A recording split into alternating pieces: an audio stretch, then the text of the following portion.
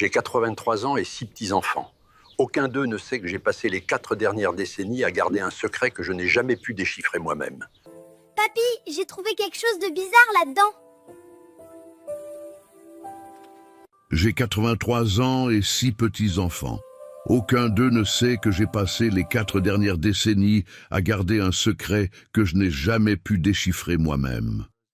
Ce samedi après-midi était bien trop silencieux lorsque mon plus jeune petit-fils, Lucas, est entré dans le salon avec cet exemplaire usé d'Alice au pays des merveilles entre les mains. Le même que ma mère me lisait chaque semaine quand le monde avait encore un sens.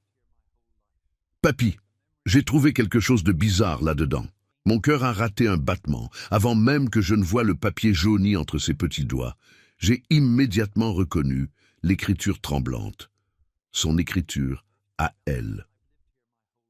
Quand tu seras assez grand pour trouver ceci, je saurai que tu es prêt. Mes véritables souhaits n'ont jamais été dans le testament, mon chéri. Cherche là où les histoires commencent et où la vérité se termine. Dans le lieu spécial, tu as toujours su lequel. Date, 14 mars 1983. 3 mois avant le décès de maman. Il y a 43 ans. Mes mains se sont mises à trembler, pas seulement à cause de l'âge, mais à cause d'un souvenir soudain et violent. J'avais 40 ans quand j'ai trouvé ce billet pour la première fois, perdu entre les pages alors que je rangeais ses affaires. Je l'ai lu, relu, essayé de comprendre. Je me suis convaincu que la maladie avait troublé maman dans ces derniers jours, que c'était le délire d'un esprit fatigué. Mais j'ai remis le billet dans le livre, et je l'ai laissé fermé dans la bibliothèque pendant des décennies, jusqu'à maintenant. Si cette histoire vous touche déjà, n'oubliez pas de vous abonner à Les Conseils de Papy et d'activer la cloche pour ne rien manquer de nos récits. Votre like nous aide énormément. Lucas me regardait avec ses yeux curieux, attendant une explication. Et j'ai réalisé, avec un frisson qui traversait le temps, qu'il n'était peut-être jamais trop tard pour découvrir la vérité.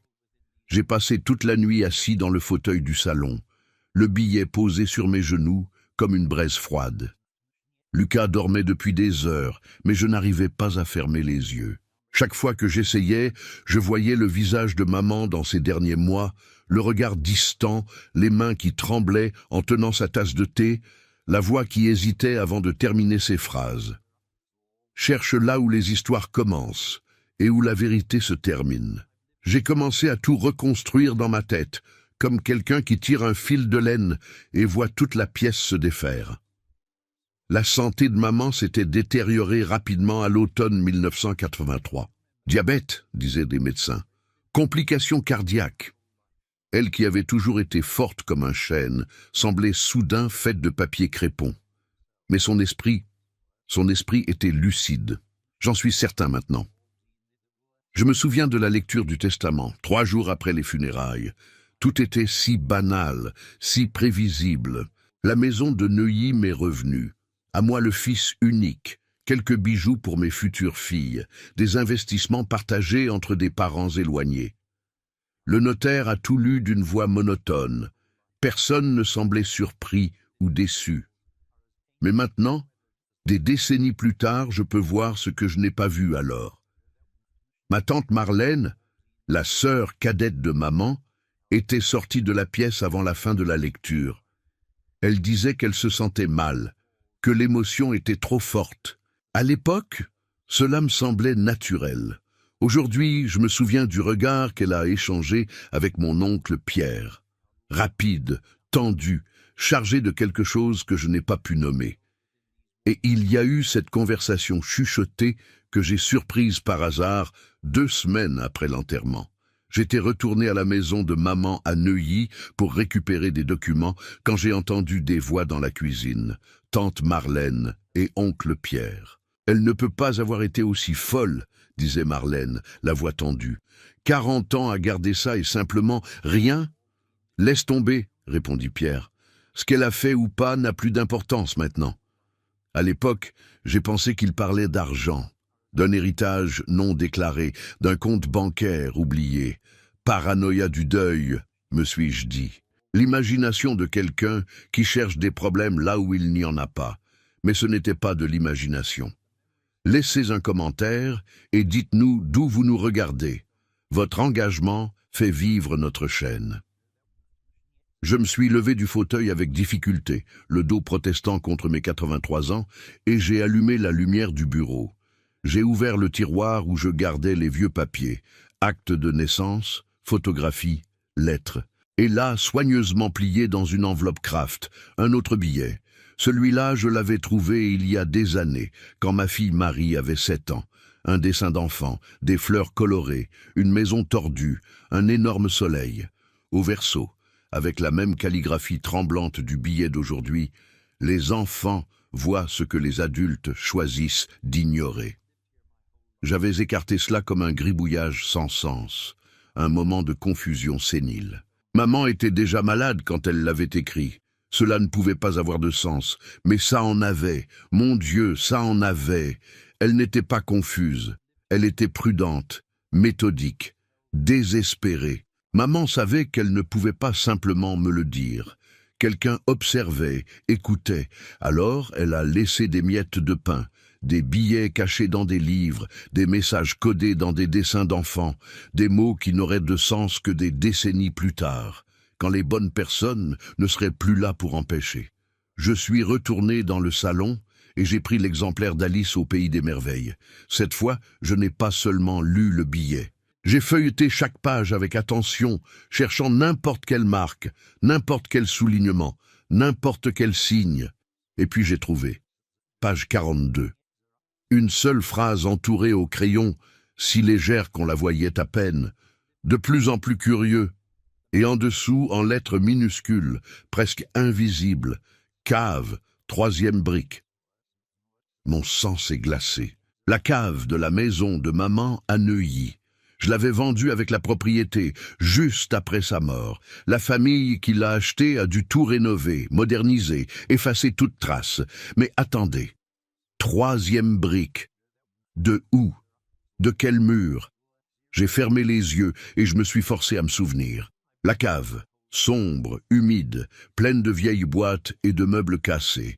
Maman y descendait rarement, mais il y avait un endroit qu'elle aimait, un coin spécifique où se trouvait l'ancienne cheminée en briques rouges, désactivée depuis des décennies, mais qu'elle insistait pour préserver. « C'est là que commencent les histoires », disait-elle quand j'étais enfant. « Chaque maison a besoin d'un cœur, et le cœur de cette maison est là-bas en bas. » À l'époque, je pensais que c'était de la poésie, du sentimentalisme de mère. Maintenant, je sais que c'était une instruction. J'ai regardé l'horloge. 4h30 du matin. Lucas se réveillerait dans quelques heures pour le petit déjeuner. Et moi, j'avais besoin de réponses. J'ai pris le téléphone et composé un numéro que je n'avais pas appelé depuis des années. 3 sonneries, 4, 5. Allô? La voix endormie de ma cousine Julie. Julie, c'est moi, Auguste. J'ai besoin que tu me rendes un service urgent. J'ai pris une profonde respiration. Tu as toujours la clé de la maison de tante Marlène. Parce que si maman avait caché quelque chose dans cette cave, et si tante Marlène le savait, alors peut-être que la vérité n'a jamais été enterrée avec maman. Peut-être qu'elle attendait simplement que quelqu'un soit assez courageux ou assez vieux pour la déterrer.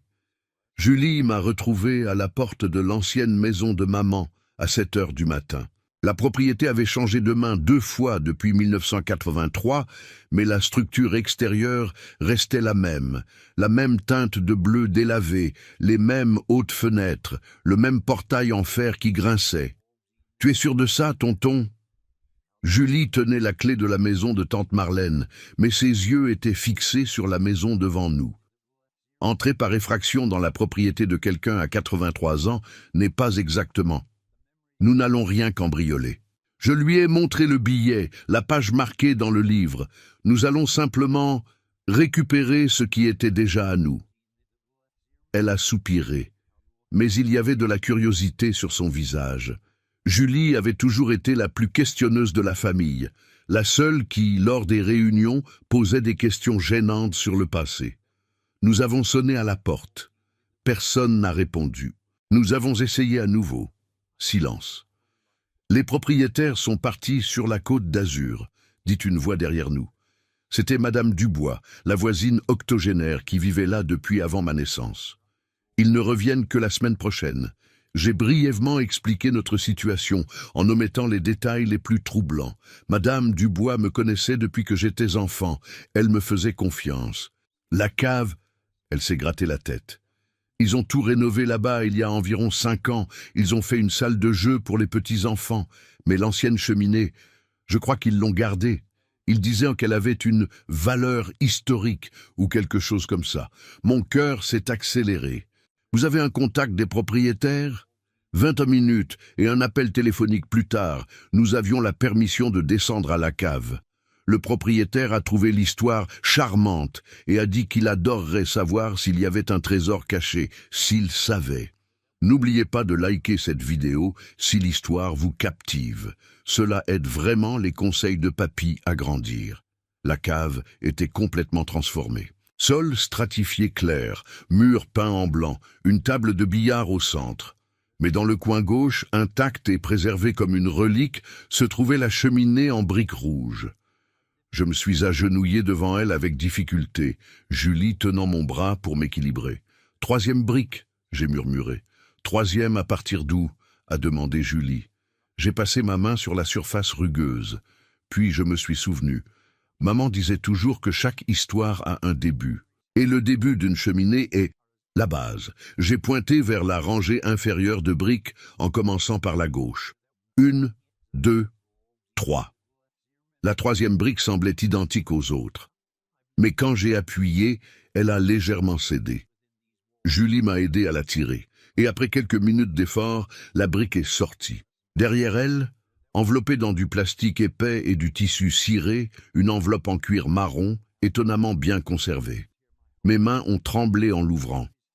À l'intérieur se trouvaient 3 éléments, une lettre scellée, une petite clé de coffre et une carte de visite jaunie. Me Henri Dumont, avocat, 47 rue des Acacias. Ce nom... Julie a froncé les sourcils. Ce n'est pas lui qui a lu le testament de grand-mère?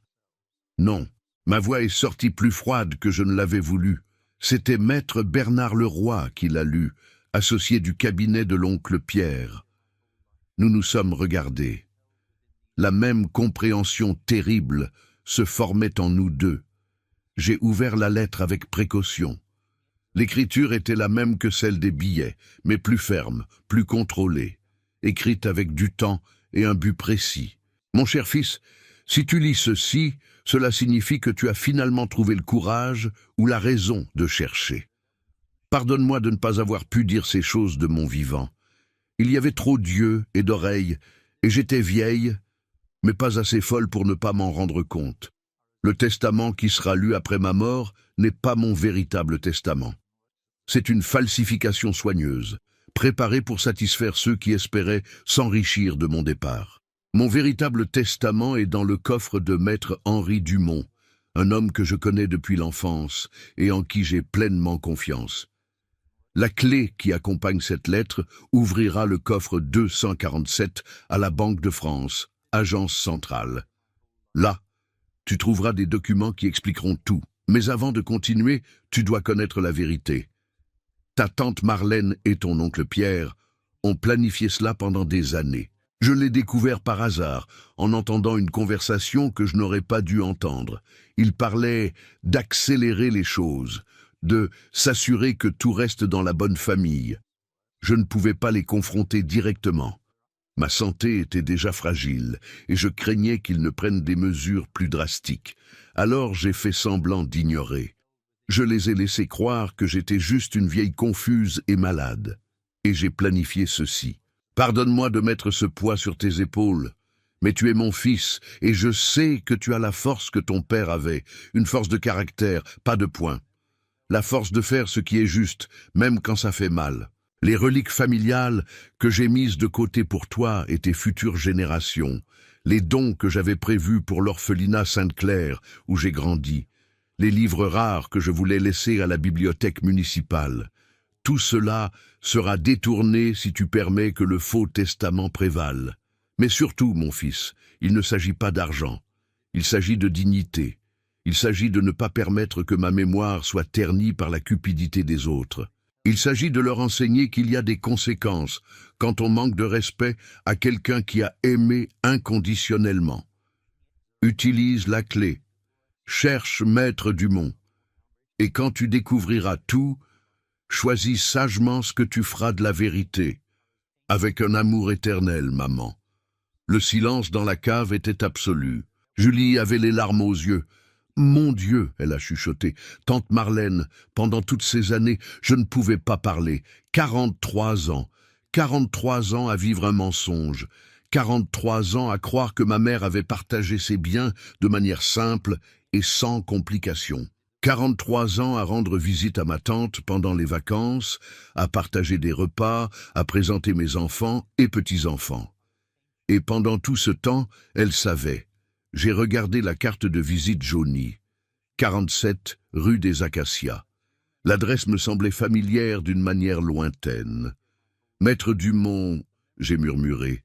Est-il encore en vie? Julie tapait déjà sur son téléphone. Cabinet Dumont en Fils, droit de la famille. Elle a lu. 47 rue des Acacias. Ça existe toujours, tonton. Sur rendez-vous. Je me suis levé avec effort, rangeant soigneusement la lettre, la clé et la carte dans la poche intérieure de mon manteau. Appelle-les, dis que c'est urgent. J'ai regardé la cheminée, la brique qui avait caché le secret pendant tant de décennies. Et après nous devons aller à la banque. Julie a hoché la tête, mais avant de composer le numéro, elle a saisi mon bras. Tonton, et si nous découvrons des choses pires? Et s'il y a plus de gens impliqués en plus de tante Marlène et oncle Pierre? J'ai pensé à Lucas, dormant paisiblement dans ma maison. J'ai pensé à mes autres petits-enfants, à mes enfants, à toute la famille que j'avais construite sur la base d'un mensonge dont je ne connaissais même pas l'existence. Alors, nous découvrirons. Ma voix est sortie plus ferme que je ne me sentais. Et nous y ferons face.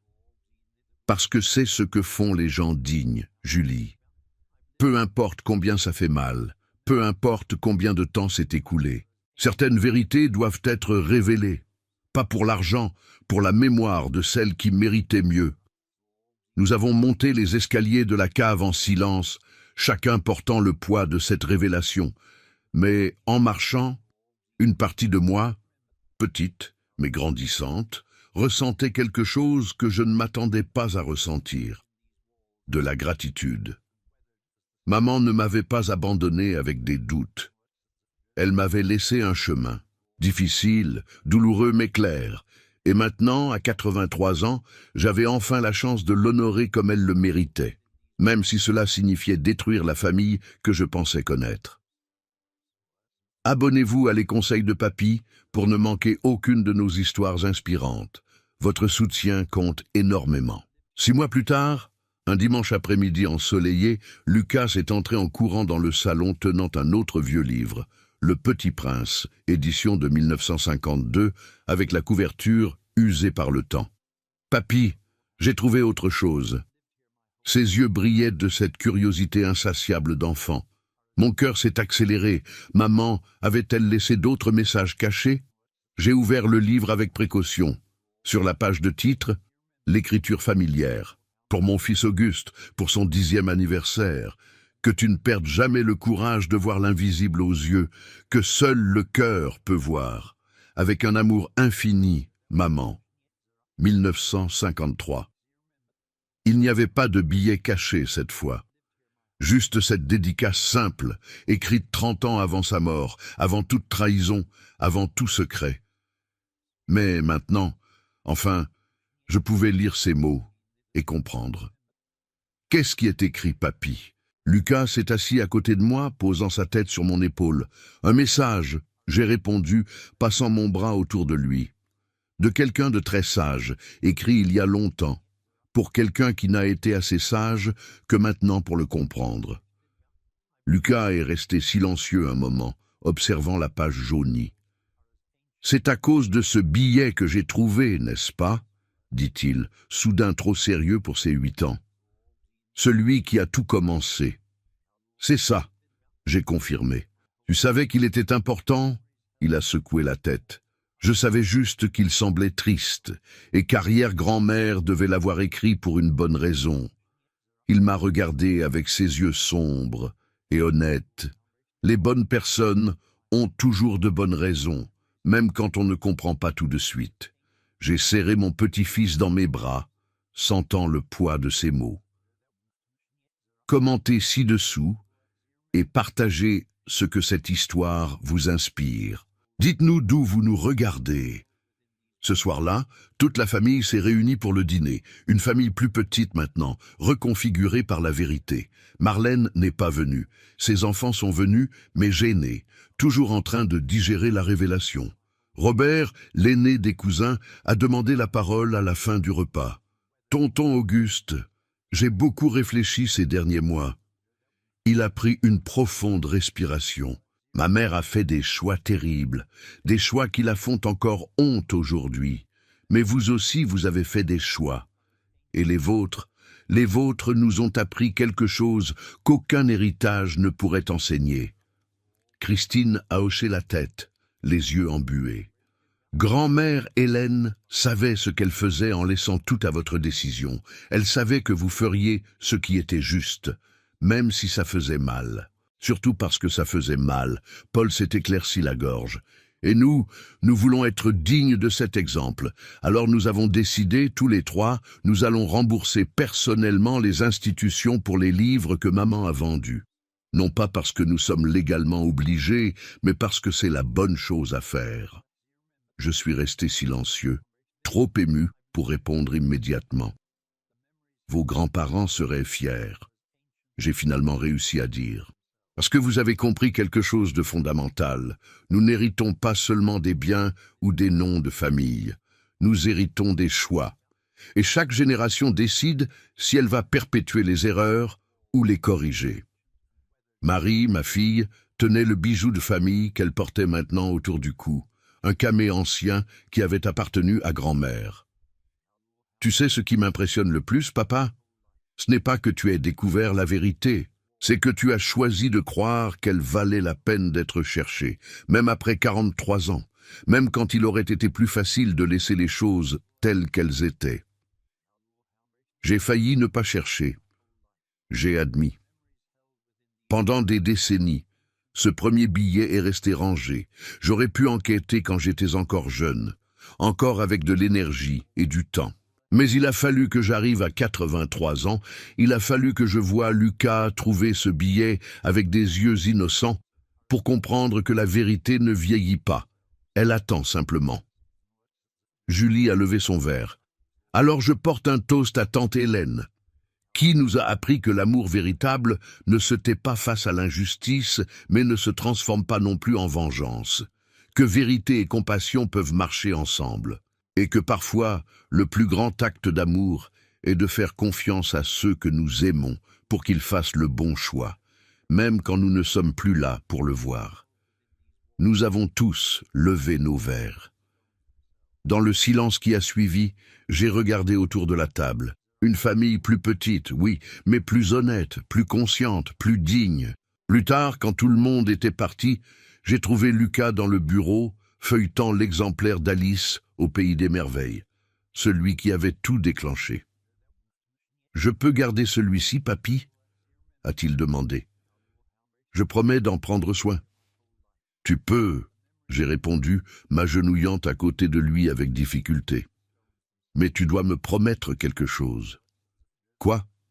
Quand tu grandiras, quand tu auras ta propre famille, raconte-leur cette histoire. Pas la partie sur l'argent ou les testaments, mais la partie sur comment un enfant de 8 ans, simplement en étant curieux et honnête, a aidé à restaurer quelque chose qui était brisé depuis des décennies. Lucas a hoché la tête solennellement. Et raconté à propos d'arrière-grand-mère Hélène. Surtout à propos d'elle. Raconte comment elle a tant aimé qu'elle a préféré faire confiance plutôt que contrôler. Comment elle a planté des graines de vérité, sachant qu'elle ne vivrait peut-être pas pour voir la récolte. Comment elle a cru qu'en fin de compte, le bien qu'elle a fait et l'amour qu'elle a donné pèseraient plus que toute trahison. Elle avait raison, a demandé Lucas.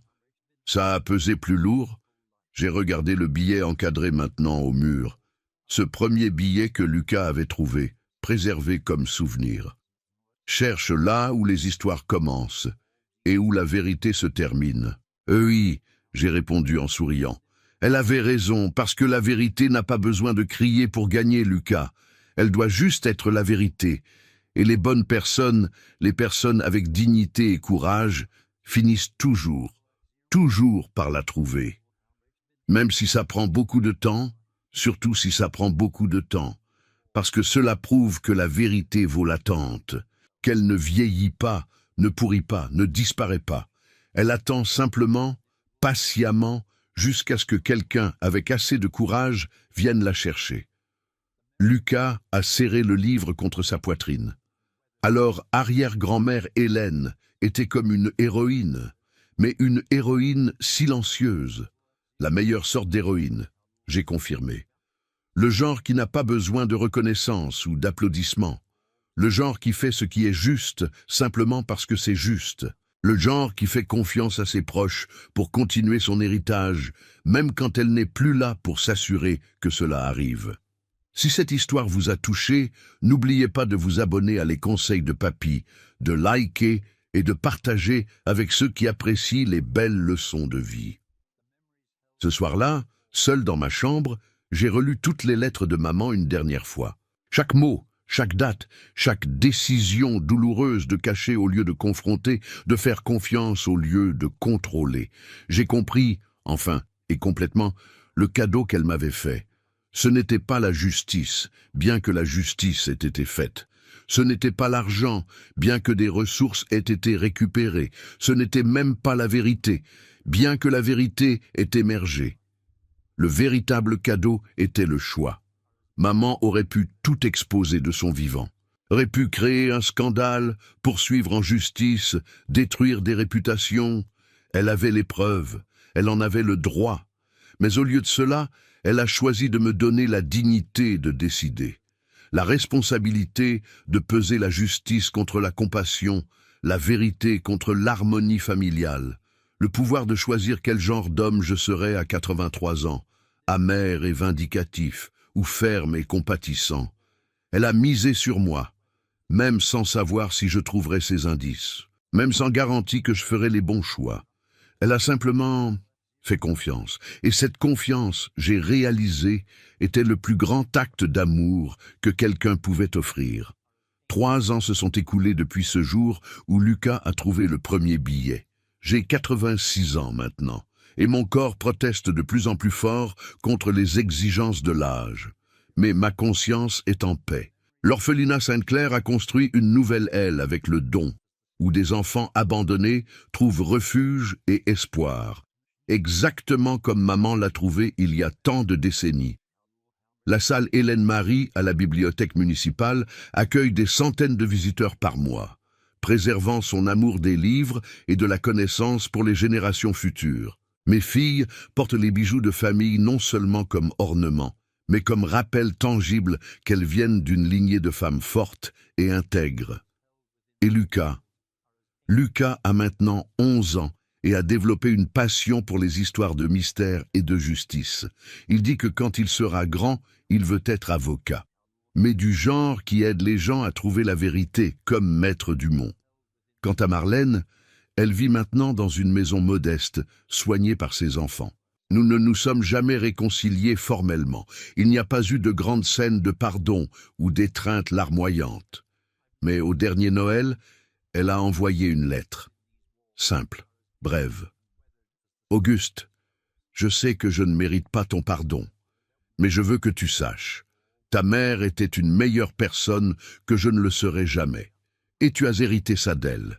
Merci de m'avoir appris, même à 81 ans, qu'il n'est jamais trop tard pour apprendre la dignité. Marlène, je n'ai pas répondu, mais j'ai gardé la lettre, parce que parfois, la reconnaissance de l'erreur suffit. Parfois, la vérité victorieuse n'a besoin de rien d'autre que d'exister. La dernière fois que j'ai visité la tombe de maman au cimetière du Père-Lachaise, j'ai emmené Lucas avec moi. Nous avons mis des fleurs fraîches, toujours des lys blancs. ses préférés. « Papy, a dit Lucas, observant la simple pierre tombale, tu crois qu'arrière-grand-mère sait que nous avons tout découvert et fait ce qu'elle voulait? J'ai regardé le ciel bleu, sentant le soleil chaud sur mon visage. Je pense qu'elle a toujours su que nous découvririons, j'ai répondu, parce qu'elle n'a pas planté ces indices pour elle-même. Elle les a plantés pour nous, pour t'apprendre que la curiosité et l'honnêteté comptent, pour m'apprendre que la dignité et la justice peuvent coexister, pour nous apprendre à tous que la vérité, peu importe le temps qu'elle prend, trouve toujours son chemin vers la lumière. » Lucas est resté pensif un moment. Alors ce qu'elle nous a vraiment laissé, ce n'était pas de l'argent ou des bijoux, c'était une leçon, la plus grande de toutes les leçons, j'ai confirmé. Que la valeur d'une personne ne réside pas dans ce qu'elle possède, mais dans qui elle choisit d'être, surtout quand personne ne regarde, surtout quand il serait plus facile de mentir ou d'abandonner ou de faire semblant de ne pas voir. Je me suis agenouillé avec difficulté à côté de la pierre tombale, passant ma main sur la pierre froide. « Merci, maman », j'ai chuchoté, « de m'avoir fait confiance, de m'avoir appris que l'amour véritable signifie parfois laisser les gens trouver leur propre chemin, de m'avoir montré que l'héroïsme n'a pas besoin d'être bruyant pour être réel. » Lucas a tenu ma main. « Et merci de m'avoir laissé faire partie de l'histoire, arrière-grand-mère, » a-t-il ajouté, sa voix d'enfant résonnant dans le cimetière silencieux. « Je promets d'être une bonne personne, du genre qui cherche la vérité, même quand elle est cachée, du genre qui fait ce qui est juste, même quand c'est difficile. » Nous sommes retournés vers la voiture dans un silence confortable. Mais avant d'entrer, Lucas s'est arrêté et m'a regardé. « Papy, quand je grandirai et que tu sais, ne seras plus là, je raconterai cette histoire à mes enfants, et ils la raconteront à leurs enfants, pour toujours. » J'ai souri, sentant des larmes dans mes yeux. « Alors maman a vraiment gagné ?» J'ai répondu. « Parce que son héritage ne mourra pas avec moi, ou avec toi. Il continuera, génération après génération. Pas comme une histoire sur l'argent volé ou les faux testaments, mais comme une histoire sur la dignité, la vérité et le pouvoir durable de faire ce qui est juste, même quand ça fait mal. Aujourd'hui, à 86 ans, je regarde en arrière et je vois le voyage complet. Je vois un garçon de 8 ans, curieux, innocent, honnête, qui a trouvé un billet et tout changé. Je vois un homme de 83 ans, fatigué, dubitatif, mais encore capable de courage, qui a choisi de chercher la vérité au lieu de vivre dans le mensonge confortable. Je vois une femme extraordinaire, ma mère, qui a tant aimé qu'elle a préféré faire confiance plutôt que contrôler, qui a planté des graines, sachant qu'elle ne verrait peut-être jamais la récolte. Et je vois ce que tout cela signifie, que la vérité n'a pas besoin de vengeance pour triompher, juste du temps et des gens prêts à la chercher. Que l'amour inconditionnel ne signifie pas accepter le manque de respect inconditionnel. Que la dignité n'est pas quelque chose que nous héritons, mais quelque chose que nous choisissons chaque jour à travers nos actions. Que les derniers souhaits de ceux que nous aimons sont sacrés, non par la loi, mais par respect pour la vie qu'ils ont vécue et l'amour qu'ils ont partagé. Et que parfois, les plus grands héros sont ceux qui travaillent en silence, qui font confiance au lieu de contrôler, qui plantent des vérités sachant qu'ils ne verront peut-être jamais la récolte, mais croyant, avec une foi inébranlable, que quelqu'un, quelque part, à un moment donné, aura le courage de les récolter. Maman m'a donné beaucoup de choses au cours de sa vie. Amour, éducation, valeurs, souvenirs. Mais le plus grand cadeau est venu après sa mort. Elle m'a donné la chance de prouver, à moi-même, à ma famille, au monde, que j'étais digne d'être son fils. Et j'espère, du fond de mon cœur vieilli, que j'y suis parvenu. Que lorsque nous nous retrouverons à nouveau, où que ce soit, je pourrai la regarder dans les yeux et dire « J'ai trouvé tes indices, maman, j'ai suivi ton chemin, j'ai fait mes choix, et j'ai essayé, chaque jour, d'être l'homme que tu croyais que je pouvais être. » Et elle, avec ce sourire doux que je garde en mémoire depuis des décennies, répondra simplement « J'ai toujours su que tu y arriverais, mon fils, je l'ai toujours su. L'essentiel est invisible pour les yeux. On ne voit bien qu'avec le cœur. Antoine de Saint-Exupéry. À la fin, ce ne sont pas les années dans votre vie qui comptent. C'est la vie dans vos années. Abraham Lincoln. La vérité est comme une plante. Elle peut être enterrée profondément, elle peut mettre du temps à germer, mais elle trouve toujours son chemin vers la lumière. Anonyme.